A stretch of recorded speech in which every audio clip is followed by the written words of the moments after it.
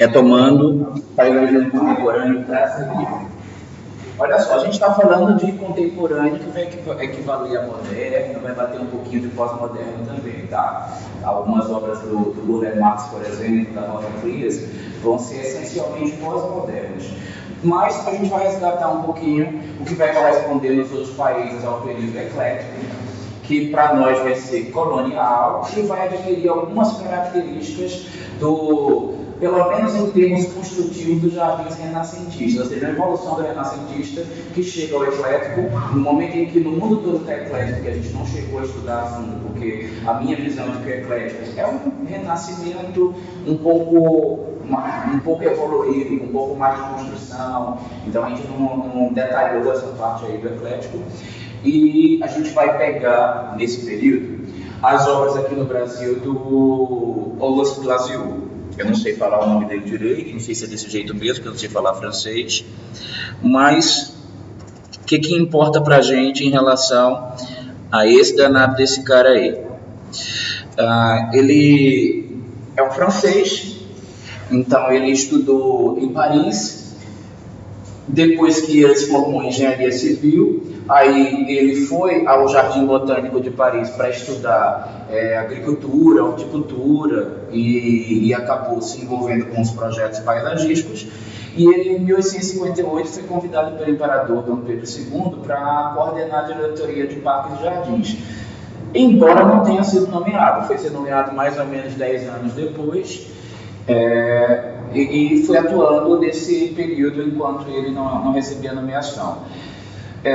Como lá na Europa existe uma apreciação muito grande pelo paisagismo tropical, então eu falei para vocês, por exemplo, lá de Versalhes, né, que tem um jardim tropical dentro de um dos trechos de Versalhes. Então eles estudam isso e eles vêm para cá nesse desejo de colocar em prática esse tipo específico de paisagismo.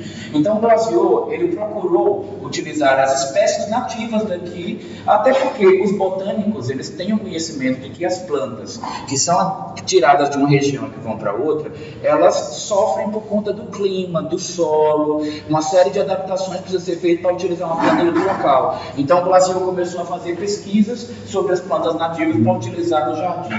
Aliás, vocês vão perceber que na sequência, depois do Glasieux, a gente vai ver que o Burle Marx começa a implantar as plantas típicas da Mata Atlântica, da região litorânea, no paisagismo brasileiro, inspirado pelas obras do Glasieux, que foi precursor do trabalho do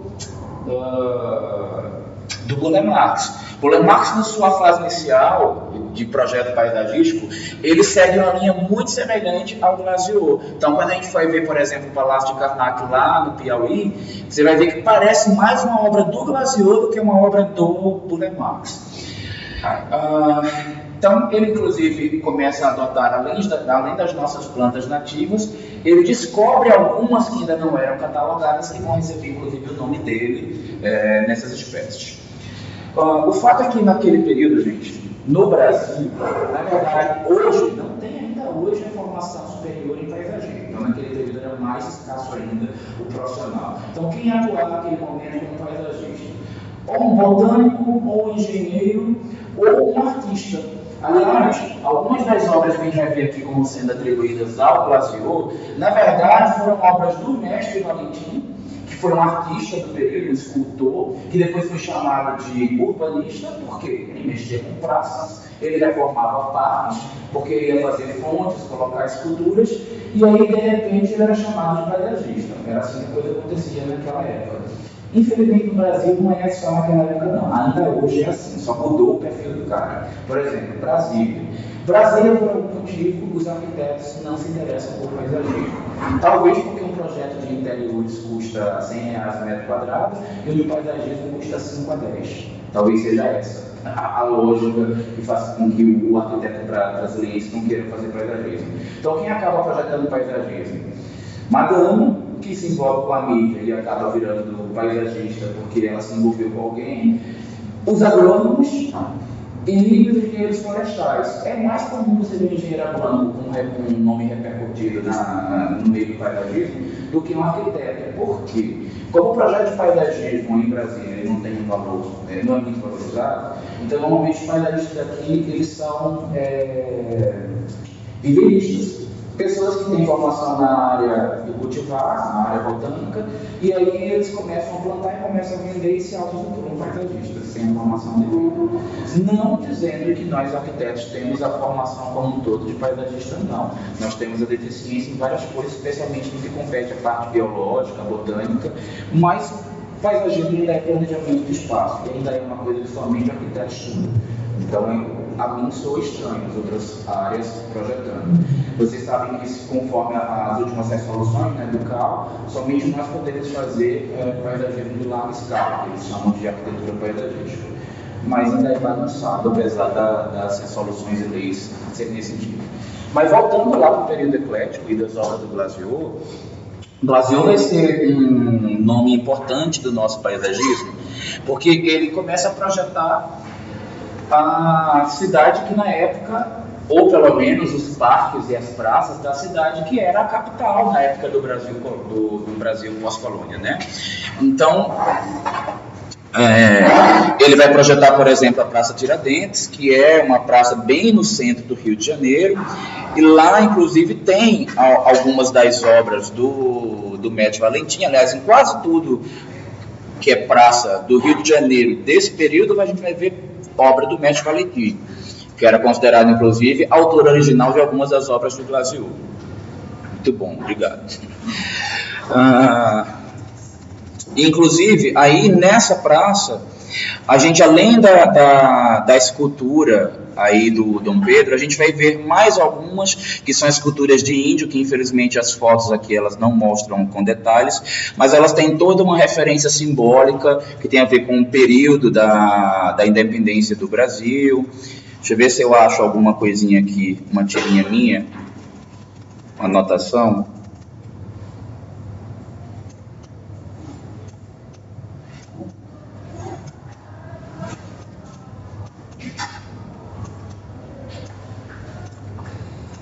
Não, enfim.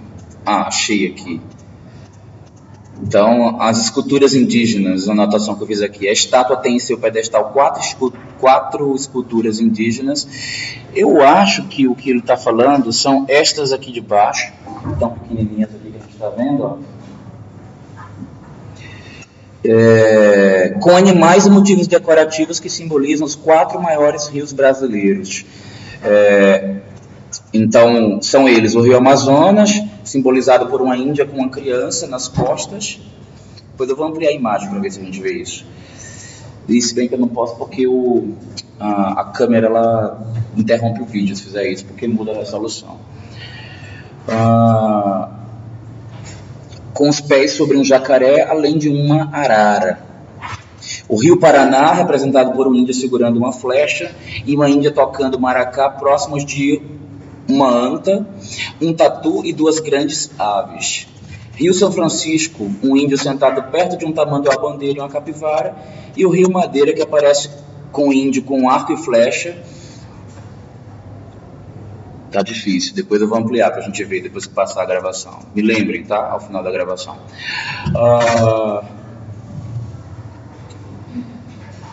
Em atitude de disparar próximo a uma tartaruga, uma ave e um peixe. Então ele coloca alguns dos nossos valores culturais, da nossa fauna, inclusive, né?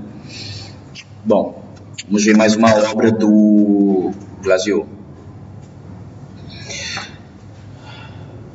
O chafariz do Palácio do Catete, que na verdade era um antigo palácio, hoje é um museu do Catete, e a fonte, inclusive, ela foi transferida, né? O Palácio do Catete, no passado, foi a sede do Poder Executivo Brasileiro, né, de 1897 a 1960, até o período em que foi transferido aqui a sede aqui para Brasília. Então, por isso que é importante essa obra aí, projetada por ele. Foi desse nome que surgiu o Catetinho? Não sei te dizer, pode ter sido, provavelmente. Não sei te dizer isso. Vou pesquisar para te responder. Vou dar uma olhada assim que a gente terminar aqui.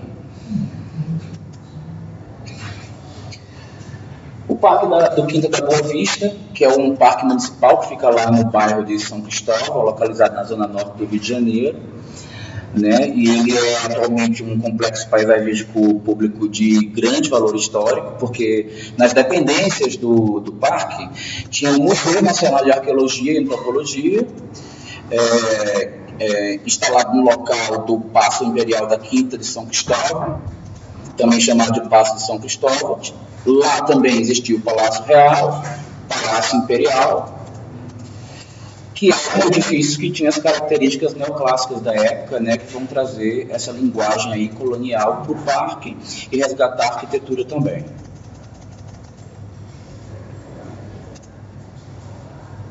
Passeio público, que é citada como o primeiro parque das Américas. Há controvérsias, porém, assim que ele aparece nos livros de história do Brasil, né? E aí vocês vão perceber de maneira bem marcada as obras do mestre Valentim, que são esses jacarés. Aqui eu até tirei uma das fotos, mas tem também dentro do passeio público um busto do mestre Valentim, em homenagem a ele. Que é a pessoa a quem se atribui o projeto original desse parque, já que ele foi, na verdade, um projeto de reforma, o projeto do Glasiou.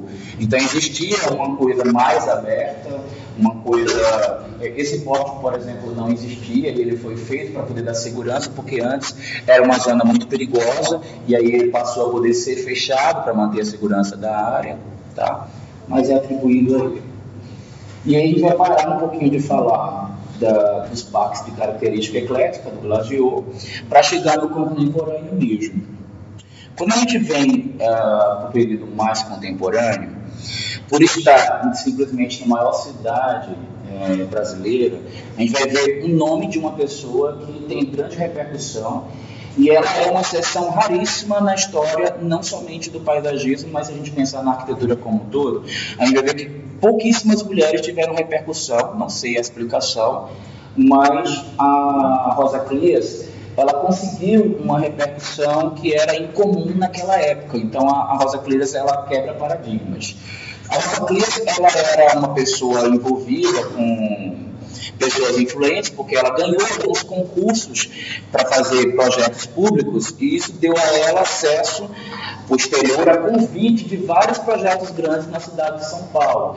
Então, o próprio Vale do Engabaú é o coração do centro de São Paulo, é onde todas as manifestações acontecem, todos os eventos, e é o ponto de partida para tudo na cidade, onde tem a estação de metrô principal, é onde tem a chegada às áreas comerciais principais, passando por trás desses prédios aqui. A gente acessa aquela rua de camelôs famosa, como é que é o nome dela?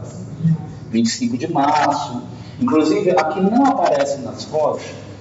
Eu vou torcer para que daqui a pouco a internet pegue aqui no meu notebook pela wireless, para a gente fazer um passeio aí dentro com o Google, com o Street View. E lá tem um paisagismo fantástico que não é do Vale do Engabaú, que é particular, mas subindo esses prédios. Aí quando você entra entre um prédio e outro, aparece um jardim muito interessante. Mas uma coisa que é interessante aqui também, além desse trecho que eu mostro, é uma parte que é também do projeto do Brasil Colonial, que é perto do Teatro Municipal, que fica aqui em cima, ó, subindo esse morrinho aqui, onde ficam as palmeiras imperiais, que é um pátio de esculturas, que é também bastante interessante nesse projeto. Aqui já é uma visão mais panorâmica do lado contrário, né?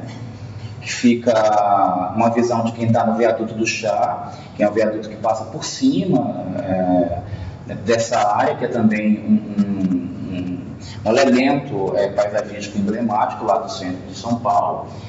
Infelizmente, quando eu estive lá da última vez, esses chafarizes não estavam assim tão exuberantes, não estava com essa água, não tinha esse verde.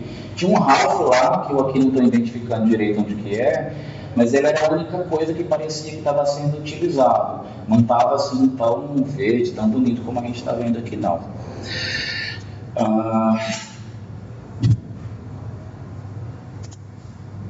Outro projeto também que é bastante repercutido da Rosa Clears é o Parque da Juventude, que fica na localização do antigo Carandiru, na Zona Norte. E ele é um parque bastante utilizado na periferia, justamente como o próprio nome diz, pela juventude. E aí vocês vão perceber que uma característica marcante do paisagismo nesse período brasileiro em si é o fato da vegetação, ela divide espaço muito com os elementos construídos, com os elementos de uso social, ou seja, o mobiliário urbano, como os brinquedos, as áreas de estar, elas comparecem muito no design do projeto, que não era tão comum antes desse período aí. E uma coisa que a gente vai herdar dos portugueses é o mosaico português. No caso da Rosa Clears, eu diria que muito por influência do desenho do Burle Marx, que vai ser anterior ao trabalho dela e que ela vai citar, inclusive, como uma das suas influências, embora ela não cite como a principal nem a única. Daqui a pouco eu vou passar para vocês um videozinho dela, para a gente ver um pouquinho dela falar, porque uma das coisas interessantes no trabalho dela é o compromisso social que a Rosa Clears tem com os seus trabalhos. Rosa Clears, num dos seus depoimentos, que ela dá para um jornal, inclusive, ela foi dar uma entrevista, eu não sei se foi para o Chile, para um país daqui da América Latina. Ela é convidada lá e aí estão fazendo um congresso, um evento lá na área urbanística, né, de paisagismo urbano, e ela é convidada para falar. E a repórter pergunta para ela sobre alguma coisa que ela ia projetar, e aí ela responde que não fez.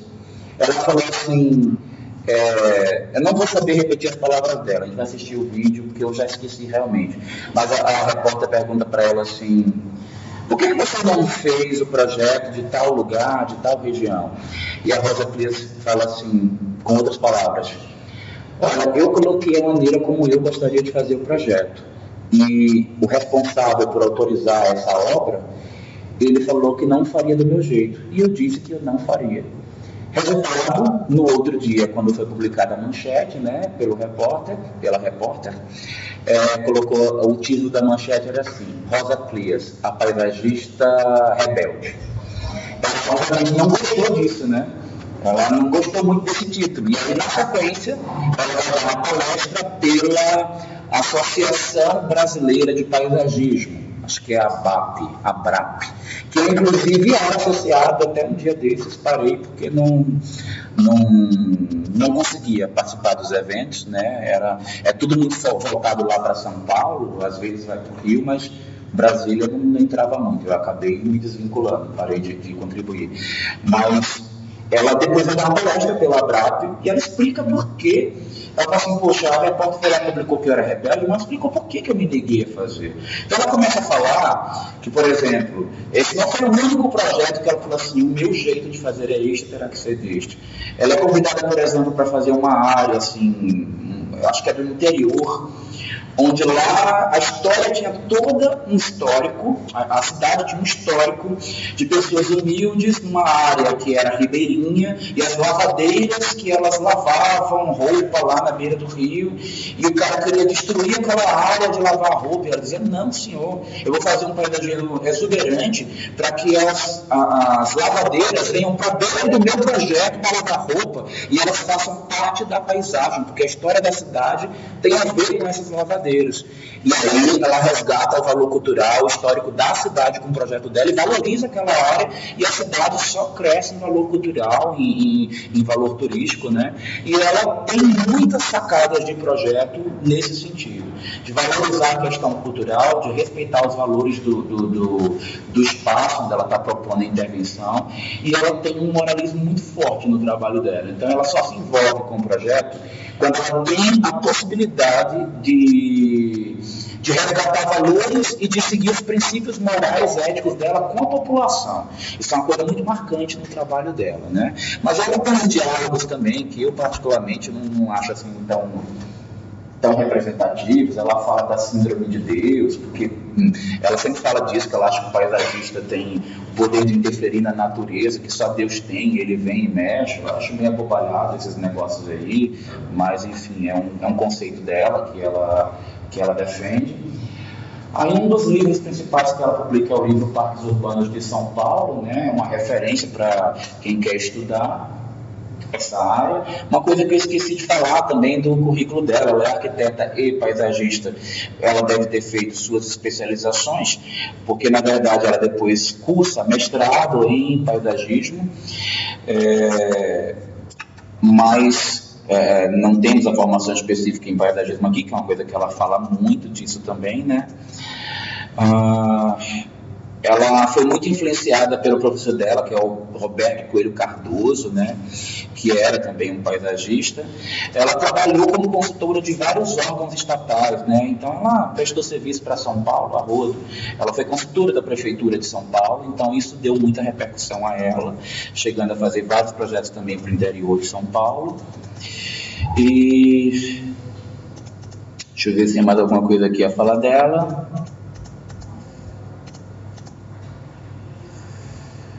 É isso. Eu acho que já está de bom tamanho que vocês precisam fazer sobre a roça. Aqui é um projeto dela também que faz parte do currículo dela. O que é interessante do trabalho da Rosa Frias é que para você, ela no site dela, ela não bota nada. Muito difícil você ter fotos dela. Eu acho que é porque ela quer vender os livros, né? Ela publicou uns 3 ou 4 livros, além daquele que eu citei lá. E lá nos livros dela, sim, tem as fotos, tem várias coisas. Então, se você não estiver pesquisando por uma imagem que seja do livro dela, dificilmente você vai achar as obras da Rosa Frias por aí. Então, eu tive dificuldade em selecionar. Mas essa é uma casa, inclusive, do Sérgio Parada, que é um arquiteto repercutido aqui de Brasília, que ele, inclusive, ele estava fazendo mestrado junto comigo, na época que eu estava fazendo mestrado, né? E ele foi um cara que ele tomou muita porrada, assim que nem eu, dos professores, porque eu estava querendo transformar em método de ensino, em dissertação de mestrado, o conteúdo que eu ensino para vocês, que é baseado em prática, né? Que era focado em objetivos. E a academia detesta isso. E o Sérgio, ele queria fazer uma repercussão em cima do próprio trabalho dele. Então, os professores entendiam como uma autopromoção, fazer uma dissertação ter o título da obra dele. Então, eu tinha um professor que dizia assim: olha, você não tem know-how suficiente para querer fazer um trabalho sobre você mesmo. Eu acho que você deveria fazer como eu, na capa do seu...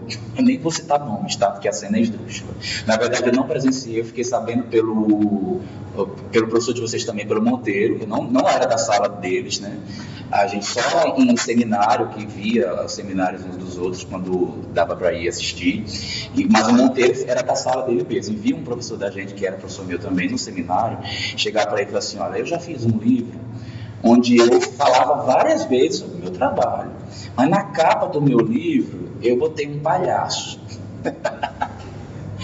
E aí, pronto, vocês já entenderam, né, a sugestão dele para o Sérgio, mas isso não tem nada a ver, essa fofoca de lá do mestrado. O que importa é que o Sérgio, ele é autor do aeroporto aqui de Brasília, é um arquiteto de bastante repercussão em Brasília, e esse é o projeto da própria casa dele. Não, ele é autor do projeto original. Que, aliás, ele depois teve uma história, inclusive, que é interessante vocês saberem, porque envolve paisagismo. Recentemente, eu acho que tem uns 3 ou 4 anos, foi feito um concurso para reformar o aeroporto, e a empresa de arquitetura foi uma, eu imagino que a de paisagismo foi outra. Eu pelo menos deduzo, porque na matéria que saiu no site do CAL. Não citava o projeto de arquitetura, citava só o projeto de paisagismo. E foi uma empresa de lá da minha terra que ganhou, né? E aí eu imaginava assim: poxa, vamos fazer uma coisa legal, né? Recife tem tradição porque foi onde iniciou o trabalho do Burle Marx. Vocês sabiam, né? O Burle Marx não começou em Brasília, nem no Rio de Janeiro. Ele começou a fazer o primeiro projeto lá em Recife. Então, poxa, eles vão fazer um trabalho legal, decente. Mas o pernambucano não sabe nada da história nem da cultura de Brasília. E, gente, o projeto é um desastre, o projeto é ridículo, é infantil. Eles fizeram um desenho de avião com os seixos e com as plantinhas lá no piso uma obra moderna, onde precisa de pureza, onde tem aquela história da simplicidade, do minimalismo na obra, né? Precisa também resgate cultural das espécies que foram utilizadas pelo Burle Marx. Aí eles chegam lá e começam a fazer desenhos de avião, sabe? E desenhos bonitinhos com rótulazinhas redondas dentro do projeto. Enfim, foi muito criticado na época, provocou um frenesi grande no meio da arquitetura e do paisagismo. Mas...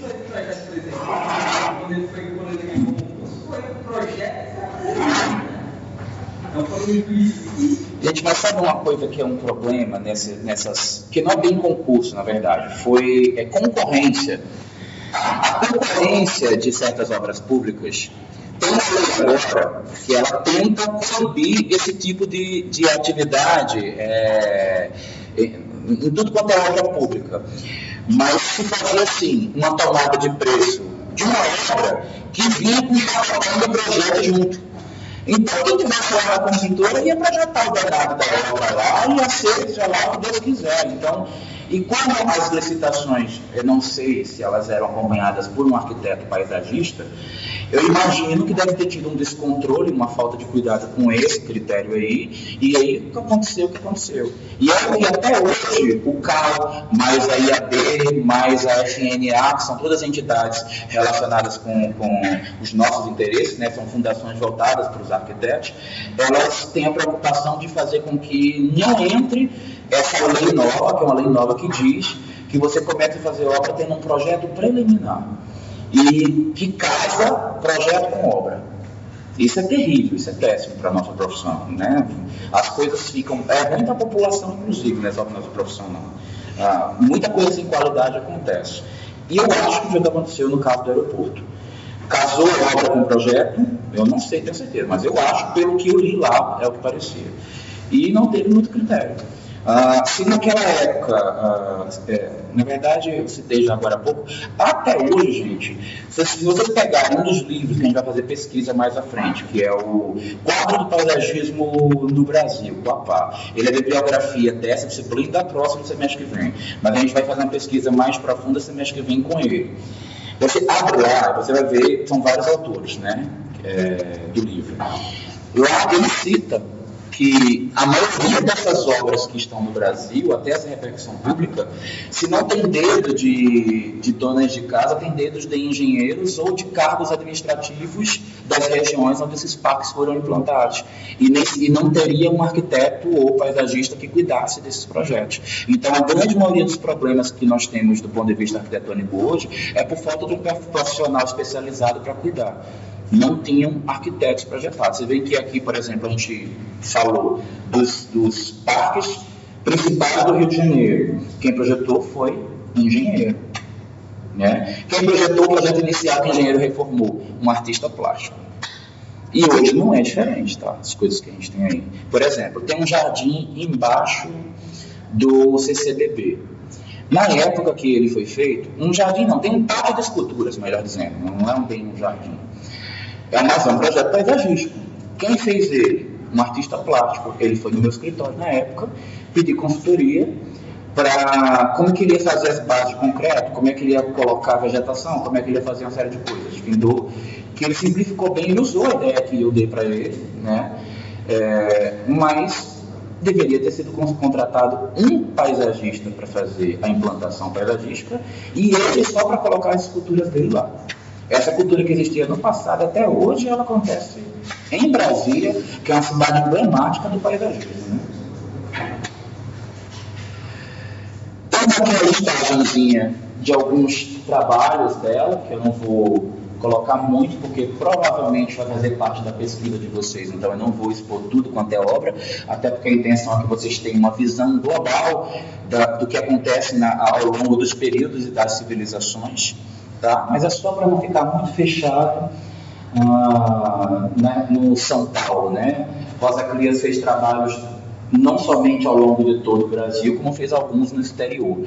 Ela viajou muito ao longo da carreira dela para fora do Brasil. Brasil, tanto a trabalho como para fazer pesquisas para adotar as linguagens que ela utiliza no trabalho dela até hoje, tá? E aí, chega a gente falar de Rosa Clears e vamos bater um papinho aqui sobre o Burle Marx. Tanto a Rosa Clears quanto o Burle Marx, a gente vai ver vídeos onde eles falam melhor, com mais detalhes, sobre a carreira, a experiência deles. Estou, na verdade, dando uma visão rápida sobre alguns trabalhos principais, falando de maneira resumida quem que são esses profissionais, nomes aí, né? E depois a gente vai ver mais coisinhas. O Burle Marx, inclusive, a gente vai assistir um documentário onde a gente vai ver ele mesmo falando das coisas dele lá, parentes dele falando sobre o trabalho, pessoas que trabalharam com ele, já falaram que foi assistente dele, né? Então a gente vai ver algumas coisas. Mas, enfim, vamos ver um resumozinho de quem foi o Burle Marx. Nasceu em São Paulo, né? Em 1909, e ele era filho da Cecília Burle, que era pernambucana. Então não é à toa que ele depois vai trabalhar lá no estado de Pernambuco, né, na Secretaria de Parques e Jardins, no início da carreira dele. E é filho também dela com um alemão, né? Durante a infância ele viveu na Avenida Paulista e ele sempre desde pequeno teve contato com rosas, com jardins que a mãe dele cultivava, que a mãe dele gostava muito. Ela era adepta do cultivo de plantas ornamentais. E aí, por conta dessa proximidade que ele teve com o jardim da mãe dele, aí ele começou a tomar gosto com isso e começou a fazer o cultivo dele mesmo no próprio quintal de casa. Só que aí, quando o Burle Marx chegou na adolescência, aos 19 anos aproximadamente, ele teve um problema na visão. E a família dele, buscando tratamento para ele, de visão, ele foi para a Alemanha. Quando ele chegou lá, aí ele foi estudar Belas Artes. E nesse período ele teve contato não somente com as vanguardas artísticas, então ele teve contato com aquela coisa toda da arte neo-expressionista, com o surrealismo. Então ele ficou muito influenciado por aquilo, porque veja só, o Burle Marx ele não era paisagista por formação, ele estudou Belas Artes, se formou como artista plástico, tá? Só que ele teve esse contato com a estufa do Jardim Botânico em Berlim. E foi lá que ele tomou gosto, que essa estufa não tinha, não por um acaso, jardim tropical, que eu já falei para vocês, desde que a gente estava estudando lá paisagismo renascentista francês, que eles gostam muito do nosso paisagismo. Lá tem as cadeiras de disciplina só de paisagismo tropical. E aí ficou muito dividido, né, entre desenhar plantas, fazer paisagismo, se envolver com paisagismo e continuar sendo artista plástico. Mas no início ele fazia tapeçaria, murais, ele fazia realmente as obras plásticas dele. Ele inclusive teve um período que ele foi aquele artista tradicional retratista, onde ele fazia os quadros realistas das pessoas, até ele migrando para uma coisa mais abstrata, que foi o traçado que deu a ele essa linguagem que a gente vê no projeto paisagístico. Se você olhar bem os projetos do Burle Marx, parece uma arte neo-abstracionista, que ele era assim que ele fazia. Ele pintava um quadro, depois ele falava, vou lá, isso aqui é um jardim. Estampava aquele jardim numa grande área e aquilo ia virar um projeto. Por isso que de vez em quando eu falo em sala de aula, provavelmente vou falar para vocês, e realmente acredito nisso, que normalmente um bom projeto paisagístico, quando você olha de longe, dá vontade de colocar ele na parede, porque a expressão de piso, de demarcação de forma do jardim, ela é muito mais importante, a prática no paisagismo, ela é muito mais importante, mais marcada do que na arquitetura.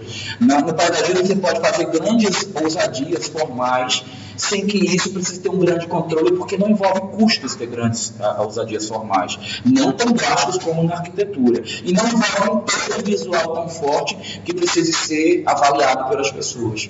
Ao contrário da arquitetura, né, a gente fica procurando uma medianice para ser mais leve, para não pesar. No paisagismo a gente acrescenta informação para que ela seja, para que o paisagismo comece a ser mais apreciado. Mas falando um pouquinho mais do Burle Marx. Então, ele, quando retorna para o Brasil, ele começa a se interessar mais pelo paisagismo tropical, até por influência do Glaciot, que ele vê que o Glaciot começa a brincar de plantas nativas, né? Então, ele começa a se revelar como um pintor expressionista, mesmo que ele comece a trabalhar com os autorretratos, com aquelas pinturas mais populares, com as cenas intimistas, com os nus femininos, naturezas mortas, que era tudo que o artista clássico tradicional fazia. Aí depois ele começa a se interessar mais por Cézanne, Picasso, Braque, Leger, esses nomes aí, né, da arte modernista, e começa a ter uma compreensão maior do conceito pictórico. Então, ele começa a fazer as suas telas, inspirado nessas obras, até chegar na estamparia, nos murais. Deixa eu ver o que mais que eu tenho anotado aqui.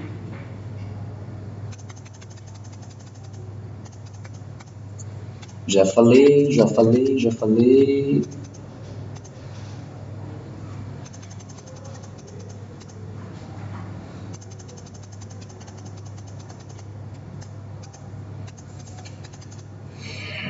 Eu vou deixar o vídeo falar, tá? Eu tenho um monte de anotação aqui, mas a maioria eu já falei, e algumas delas a gente vai ver agora também. Só por ser uma obra pouco comentada, que a gente poderia falar de várias que ele tem aqui, né? Palácio Itamaraty, os palácios de todas as áreas públicas. Aí eu separei esse daqui, até porque vocês depois vão brincar de fazer pesquisa com ele, eu não quis também esgotar as obras que a gente pudesse ver dele, não. Aí eu coloco aqui a Praça dos Cristais, porque a gente vai perceber, gente, que uma das características dos jardins brasileiros é essa história do elemento construído, da escultura, que normalmente tem essa característica abstrata, diferente do que a gente viu no período imediatamente anterior, onde a gente tinha as esculturas mais realistas, não se buscava mais a figura humana, e quando se buscava, ela era estilizada. Então, aqui, a forma geométrica, as esculturas geometrizadas e abstratas, elas vão tomar conta do espaço. Os espelhos d'água e os pisos em mosaico português, eles vão ser a principal linguagem, inclusive, que vai diferenciar o paisagismo americano do brasileiro. Ainda que o brasileiro bebe um pouquinho da fonte do americano por influência do europeu. Mas o traçado europeu a gente não busca. Então, aquela coisa da simetria, só lá no Atlético, quando a gente está na fase Glaziou e Mestre Valentim. Saiu do Glaziou, começou a ser algo mais contemporâneo mesmo, a gente vai começar a trabalhar com as formas mais orgânicas, começar a trabalhar com os contrastes entre os pisos, o contraste entre as formações de vegetação que o Boulay Marx faz pra caramba, e esses elementos construídos como elemento principal do projeto. Aqui, gente, estão os emblemáticos mosaicos de Copacabana, da Avenida Atlântica como um todo, né, que é projeto também do Boulay Marx. Uma coisa que é interessante, que muitas pessoas nunca se atentaram, eu também só me atentei no dia que eu fui prestar serviço lá no Rio, e eu fiquei hospedado num hotel que era em cima desse calçadão. Gente, eu nunca tinha reparado que o projeto de Boulay Marx da calçada de Copacabana não era só essas ondinhas que eu particularmente acho mó bobageiro, acho um negócio super sem graça, mas é muito apreciado pelo mundo inteiro, né? Para mim, essa pavimentação, essa calçada que fica no centro, que na época que eu fiquei lá, eu nem consegui ver direito, porque era cheio de camelô. Tinha um camelódromo no meio, uma feira hippie, que era gente aqui para dedéu aqui vendendo coisas. Mas tem um desenho fantástico, existem obras aí abstratas, fantásticas ao longo de todo o calçadão, que eu considero muito mais bonito do que o traçado que está à beira da praia. Então, tem verdadeiras obras aí, que poderiam ser telas, né, famosíssimas, estampadas no piso. Uma coisa que a gente vai perceber também, que é uma característica só dele, é que naquele período lá, não era tão comum em formas construídas você misturar o que era simples e reto com o orgânico. Ou você era orgânico ou você era reto, porque existia um certo purismo no modernismo, né? E o Boulay Marx vai trabalhar no período contemporâneo e modernismo. Então, como é que o Boulay Marx vai se projetar, né, como paisagista? O cara vai para Belas Artes, ele vai conhecer Lúcio Costa, vai conhecer Niemeyer, e são todos caras que estão lá na linha do turismo, né? Então é por influência desses caras aí que ele vai repercutir, vai bombar como paisagista, né? Mas ele vai ter um traçado muito mais ousado do que era comum naquele período. Vocês veem que lá, quando a gente estava lá no paisagismo americano, mexendo lá com James Rose, Thomas Church, os caras, ou ele tinha aquela curvinha suave, acabou ali, ou a coisa era reta, aqueles planos quadrados, as escadarias quadradas, né? A gente vai dar uma de besta e vai imitar essas escadarias, vamos fazer esses desníveis, e a gente vai acabar desfavorecendo a acessibilidade, porque era a característica do modernismo ter a imponência das escadas, aqueles desníveis para você melhorar o simbolismo das áreas públicas, né? Mas o traçado simplificado, ortogonalizado que existia nos americanos, pelo menos através do Burle Marx, da Rosa Clears, a gente não vai copiar. A gente vai ter esse traçado ousado, super pós-moderno, que a gente vai adquirir como herança especificamente deles. Mais do Burle Marx, já que a Rosa Clears é influenciada. A gente vai ver também aí o projeto do aterro do Flamengo, e nele a gente vai ver algumas características também bem marcantes. O Burle Marx trabalhava muito com duas espécies coloridas que vão demarcar bastante o trabalho dele, que era o lambari roxo, o trapoberá. Nossa senhora, peraí. Deixa eu ver o nome certo disso.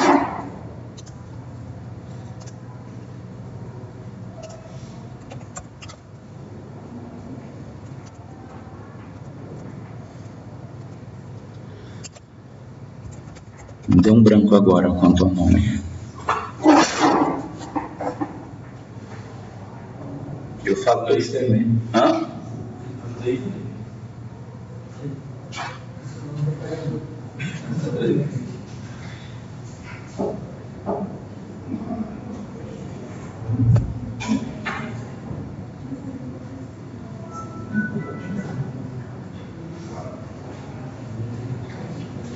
Trapoeraba, isso mesmo. Trapoeraba roxa ou lambari roxo. Que é essa coloraçãozinha roxa que vocês estão vendo aqui. E ele gosta muito de combinar ela com o pinto duro. Então eles fazem dois contrastes máximos, os dois extremos de cores. A cor que tem a maior quantidade de luz, que é o amarelo, com o outro que tem a menor quantidade de luz e executa muito esse contraste máximo. Ele também faz, com a coloração dos gramados, muito essa história do contraste do verde claro com o verde escuro, reproduzindo as ondas, né, orgânicas. Outra coisa que é característica dos jardins dele, ele gosta de fazer essas torres verticais de pedra para colocar a vegetação elevada. Eu acho que isso aqui tem um pouco de inspiração lá nos jardins suspensos babilônicos. Acho que ele bebe dessa fonte, faz uma releitura pós-moderna e propõe isso, onde ele normalmente trabalha com bromélias, que são plantas nativas, originárias da nossa flora, e que ele vai usar abundantemente. Os seixos gigantes também são características da linguagem do Burle Marx também, tá? Isso é uma coisa que a gente vai carregar na nossa linguagem paisagística, que a gente vai herdar do Burle Marx. Aí aqui a gente vai ver o trabalho de alguns palácios, já aqui em Brasília, onde vai ter como característica principal, além do uso das plantas nativas e algumas aquáticas, a presença de espelhos d'água. Isso é bastante comum e bastante simbólico, né? Esse daqui já é o edifício Gustavo Capanema, que na época era sede do Ministério da Educação lá no Rio de Janeiro. Isso aqui, gente, foi um marco na história do paisagismo, porque foi o primeiro jardim suspenso, erguido sobre uma avenida com extensão tão grande de área impermeabilizada para se cultivar um jardim ornamental, tá? Então isso na época foi uma repercussão muito grande que esse projeto teve, porque não existia nada semelhante executado. Aqui já é dentro de uma propriedade, um projeto específico, né?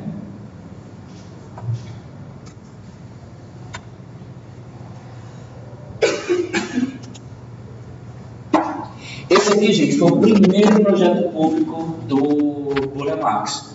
É a Praça do Casa Forte, que fica lá em Recife. Eu passei minha infância toda passando Ano Novo nessa praça. Eu achava um saco, porque era um lugar bem tradicional, bem no meio da Zona Norte de Recife. Então as madames e os playboys se reúnem no fim do ano para ficar lá sentadinho, olhando os artistas da terra dentro de um local super apertado, e ninguém pode beijar na boca e achar um saco. Porque todos meus amigos estavam em boa viagem, aí lá tinha a cascata de fogos que caía dos prédios na beira da praia, todo mundo beijando na boca. E eu lá cuidando da minha avó na beira, mas isso não importa. Pois é, Deus me ajude que depois disso tudo eu vá para o céu. Aí eu tinha que aguentar o chilique da minha irmã, porque dentro desse espelho d'água hoje lá tem sapos gigantes, né? Então, toda vez que um sapo desse dava um pulo, minha irmã só voltava a morrer. Mas é uma praça muito bonita, que fica no meio, na frente de um shopping conhecido lá, que é o Shopping Plaza. Então, é um local bonito de se visitar, mas é bem pequenininho. É uma praça minúscula, não é uma área grande, não. Tem outras áreas lá de Recife maiores, que tem maior potencial, mas que não são projetos exatamente do Burle Marx. Também tem a Praça Euclides da Cunha. Essa sim, ela tem... Vocês vão ver que normalmente as esculturas que apareciam nos projetos de paisagismo brasileiros, quando elas são de figuras humanas, elas são estilizadas e elas têm um sentido cultural muito forte. Eles remontam a ideia do sertanejo, como é o caso aqui da Euclides da Cunha, ou eles contam a história da independência do Brasil, ou contam a história de alguma grande guerra, ou mostra um personagem, um índio, um escravo. Então, essas figuras humanas que fazem sentido e têm a ver com o valor histórico da nação, isso vai ficar como característica do nosso paisagismo também. Mas elas são sempre estilizadas. Nunca é aquela coisa clássica que imita a perfeição do paisagismo clássico renascentista. Tá? A gente já está influenciado pelos artistas modernistas e imitar a perfeição não é mais interessante. O importante é a ideia que aquela obra está querendo apresentar. Então a gente já vê isso como característica. Eu não sei por que eu repeti o Gustavo Capanema, mas enfim, é bom porque vocês percebem exatamente a projeção do prédio, como é que ele fica, né? Que não é somente um jardinzinho abaixo do prédio, é realmente um jardim suspenso, que na época fez uma diferença muito grande. Aqui já é uma propriedade do Burle Marx, que hoje está fazendo parte da fundação do Burle Marx, né? Então funciona mais como um museu paisagístico e assemelhante, onde ele repete aquilo que eu falei para vocês. Então, o uso das bromélias, elas normalmente dão uma área elevada, isso vai caracterizar isso. Então, ele vai trabalhar abundantemente com as plantas nativas. Esses filodendros aqui, ó, são da nossa flora, embora algumas das espécies que ele mescla também são espécies que não são nativas, né? O contraste de novo, ó, das formações, os três que eu citei lá na frente, que eram contrastes muito praticados pelo Burle Marx: pingo duro, trapoeraba roxa, e os contrastes entre gramas escuras. Ele usava, inclusive, muita grama negra, que é o pelo de urso, que a gente vai estudar lá na frente quando a gente estiver vendo formações, que é, aliás, a única dita como grama que realmente suporta ficar em meia sombra, porque grama, via de regra, não suporta. E o Burle Marx gostava disso, ele sabia disso e utilizava nas áreas sombreadas a tal da grama negra. É uma coisa que a gente vê em alguns trabalhos dele. Essa aqui já é uma praça que fica no centro do Rio de Janeiro também, pertinho lá daquela que a gente viu lá do Glaciou. A gente vai ver aqui o Largo do Carioca, que é um local, assim, um local público que ele é bastante visitado pela população local, né? É onde acontece muita coisa aí, até por estar no centro e ser uma praça tradicional. E ela já vem com essa linguagem extremamente usada, típica do período moderno, né? Extremamente influenciado pelos artistas daquele período. Então ele faz esse traçado, vocês vão perceber que a praça em si, ela parece uma tela, né? E ela tem esses traços desconexos, essa linguagem que mistura o simples e reto com o orgânico e ao mesmo tempo as diagonais cheias de tensão, que são típicas daquela época em artes, e ele resgata para fazer no traço do paisagismo. Infelizmente, a gente vai vir carregado dessa linguagem de espelho d'água, que nem sempre aqui no Brasil vai ser algo em movimento como tem lá nos Estados Unidos. Isso vai virar um problema para a nossa linguagem paisagística, porque a manutenção dessas áreas é cara quando vem com essa quantidade de água. Isso faz com que as áreas onde anteriormente seriam espelhos d'água, elas meio que caem em desuso, fiquem depredadas, não recebam manutenção, o sistema de bombeamento para poder fazer a manutenção da água, ele costuma quebrar e a prefeitura não costuma renovar, então isso acaba se tornando um problema. Aliás, eu já fui convidado várias vezes para fazer projetos, inclusive semestre passado aconteceu, não sei se eu já falei para vocês na última aula. Aqui tem um projeto da Praça de Santa Maria, que a faculdade foi convidada para fazer. Não fui eu que fui convidado, a faculdade foi convidada. E foi um ganho de nossos alunos que foram lá atrás, que conseguiram esse projeto, o pessoal do escritório modelo. E aí eu fui chamado para interagir. E é o primeiro problema que eles tinham na praça. Nós temos o espelho d'água que está desativado há um tempão, porque ninguém aguenta dar manutenção nele. O que a gente faz? Era um caso a se pensar. Bom, enfim, o projeto não deu continuidade, a gente vai voltar a trabalhar com ele de novo. Ele virou uma atividade da disciplina Projeto 2, que eu estou passando para a turma do sétimo. E a gente vai ver a cena do próximo capítulo daqui a alguns meses. Aí eu digo para vocês como é que está indo essa história. Porque a minha proposta que eu coloquei lá, foi por água abaixo. Mas o que eu quero dizer dessa história toda? Que quando tem espelho d'água, normalmente, se não for um espelho de muita importância pública, de um grande prédio, de uma grande área, que é muito importante para aquela região, ela tem tendência a não ter a manutenção adequada e precisar ser reprojetada para uma outra finalidade. Agora, embaixo de um prédio, por exemplo, particular, como a gente vai ver depois em outros projetos dele, aí esses espelhos d'água recebem a devida manutenção. Então, a gente precisa sempre pensar nessa manutenção, como ocorre no caso de um prédio público. Quando a gente pensa nos palácios daqui de Brasília, esses espelhos d'água, vocês não tenham dúvida que cada um dos nossos centavos vai pagar a manutenção deles, e assim a altas custas, mas não é a realidade de qualquer praça, de qualquer lugar do Brasil. Tá? Aqui, por exemplo, Casa Forte. Casa Forte, tudo bem que a manutenção aqui é mínima, porque existe todo um ecossistema que foi planejado aqui dentro, tem animais, sapos, peixes, etc., que vão renovar esse ecossistema. Mas é uma área onde se sabe que você pode investir na manutenção que vai ser cuidada, porque está na nata de Recife, está no meio de tudo que é nobre em Recife. Né? Shopping considerado nobre fica bem ali do lado, os prédios mais caros estão aqui ao redor. Aqui já é uma visão, apesar de que o Largo do Carioca também está numa área relativamente nobre do Rio de Janeiro, tá? Tem até uma história que remonta como foi o projeto, porque o Largo do Carioca já existia. Existiam chafarizes, fontes aí nessa área, com uma outra roupagem. Eu acho que tem até alguma coisa a ver com Glasiou, com Merte Valentim. Eu não lembro de cabeça, não. Deixa eu ver se eu tenho uma anotação aqui. Sim, enfim, não sei. Não tem anotação nenhuma, não. E aí, na época, o problema que dava era porque tinha os escravos que aí eles saíam dos quilombos. Aí, quando eles saíam, eles precisavam saquear água, porque a água não tinha para todo mundo. Aí eles iam aí no Largo do Carioca, estourava a fonte para poder desviar a canalização da água. Isso deu problema durante muito tempo, até que foi feito o projeto que o Burle Marx executou aí, que teve essa nova concepção.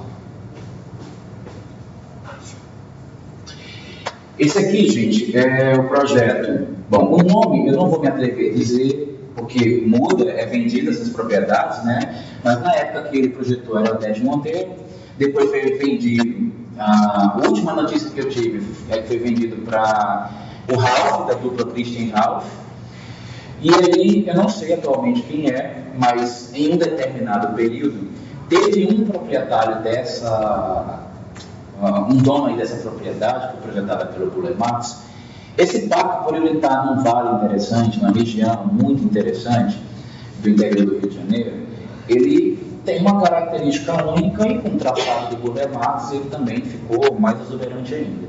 Então ele ganhou prêmios mundo afora, ele é premiado no mundo inteiro esse jardim. E um detalhe interessante a se contar, a gente vai ver isso melhor, não vou saber explicar tão bem quanto no filme que a gente vai assistir. O fato interessante é que O dono dessa propriedade tinha uma casa ali, né? E não tinha piscina no projeto Golem Max. E ele decidiu fazer uma piscina que eu quero acreditar que foi projetado por um outro arquiteto, não foi projetado pelo Golem Max. Então isso foi feito a revelia do Golem Max, que contrariou muito ele. E quando o Golem Max chegou ali para discutir com ele, que ele viu que ele estava com a intenção de fazer a piscina, falou: não, aqui na frente de toda essa visão, você não vai quebrar a minha obra de arte, isso aqui é intocável, isso aqui é premiado no mundo inteiro, e você vai tocar o dedo na minha obra, você não pode, não pode, não pode, não pode. O cara não estava nem aí, quer dizer, ele estava aí, que inclusive o Golem Max ia lá mensalmente para ver se o cara estava mexendo na obra dele, né? É parecido com o que eu faço com algumas de minhas obras. Eu levei vocês em algumas, né? Não é porque eu quero ir lá ver se alguém mudou, não. Simplesmente preciso ensinar vocês, não tão conhecido que eu levo vocês lá nas obras para conhecer. Então eu acabo vendo a evolução, vendo ou melhora, ou piora, ou depreta, acaba. E o Golem Max fazia isso também. Não sei se tem todos, mas pelo menos com essa. E teve uma época que o Golem Max viajou para fora do Brasil. Aí o cara falou assim: agora eu vou acelerar e fazer essa piscina. Aí fez. Quando o Golem Max chegou lá, fez um escândalo, brigou com ele, deu um quebra-pau danado. E ele disse que não aceitava, que não podia, manda tapar essa piscina, enfim, foi feita a piscina.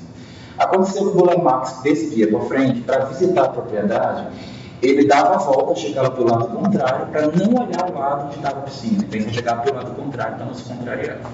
Ele ficou bem bravo. Então, isso é o que o dono da propriedade falava que aconteceu. Esse aqui é o Parque do Ibirapuera, lá também, né, no centro de São Paulo, que é um parque emblemático. Vocês veem aqui de novo, ó, as esculturas que são colocadas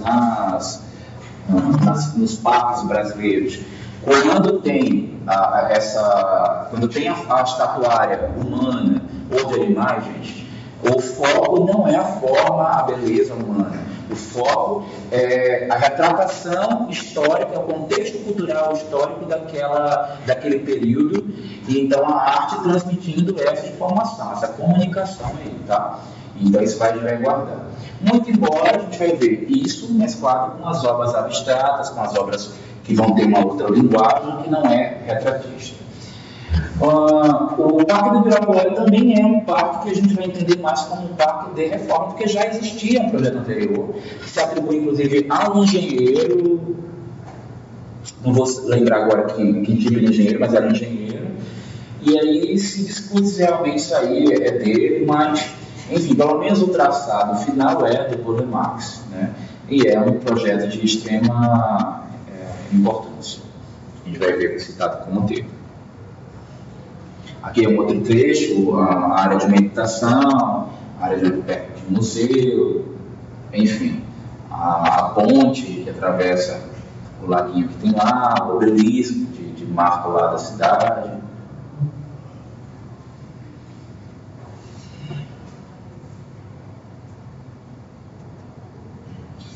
E só para que a gente não fique com essa ideia mais moderna, pós-moderna do traçado do Golem Max, a gente pega um projeto dele, assim, um pouquinho mais antigo, lá do Palácio de Karnak, no Piauí, onde ele já fazia uma linguagem mais próxima do Glaziot, né? Então a gente vai ver que isso aqui é o início do trabalho dele, onde ele assumia essa coisa mais clássica, quase simétrica, né? Então é um traçado, talvez até por conta da linguagem do prédio que ele acompanhava, ele não podia ter um traçado diferente do que a gente está vendo aí.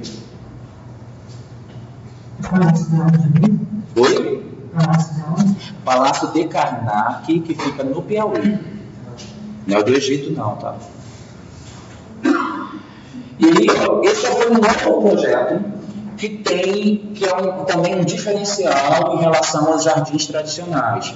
Ao passo que a gente vê algumas coisas, o outro que ele fez que foi suspenso, que foi uma ousadia, esse já é um jardim enterrado. Então ele pega uma área de lazer, uma área de convivência, de recreação do prédio do BNDES, e ele coloca um jardim enterrado lá, inclusive com espelho d'água. Nesse caso aí faz sentido, porque já é um prédio que ele tem a importância dele, tem a manutenção, etc.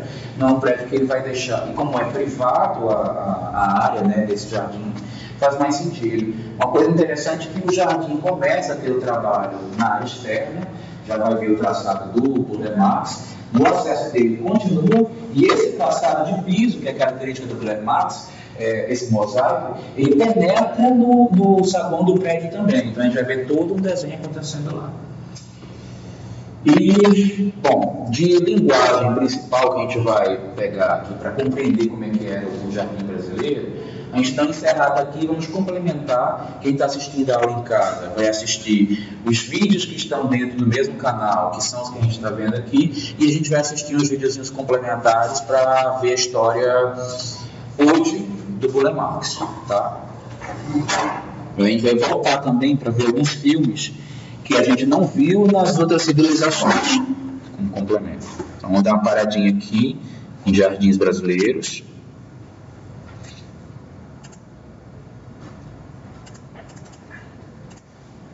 Deu.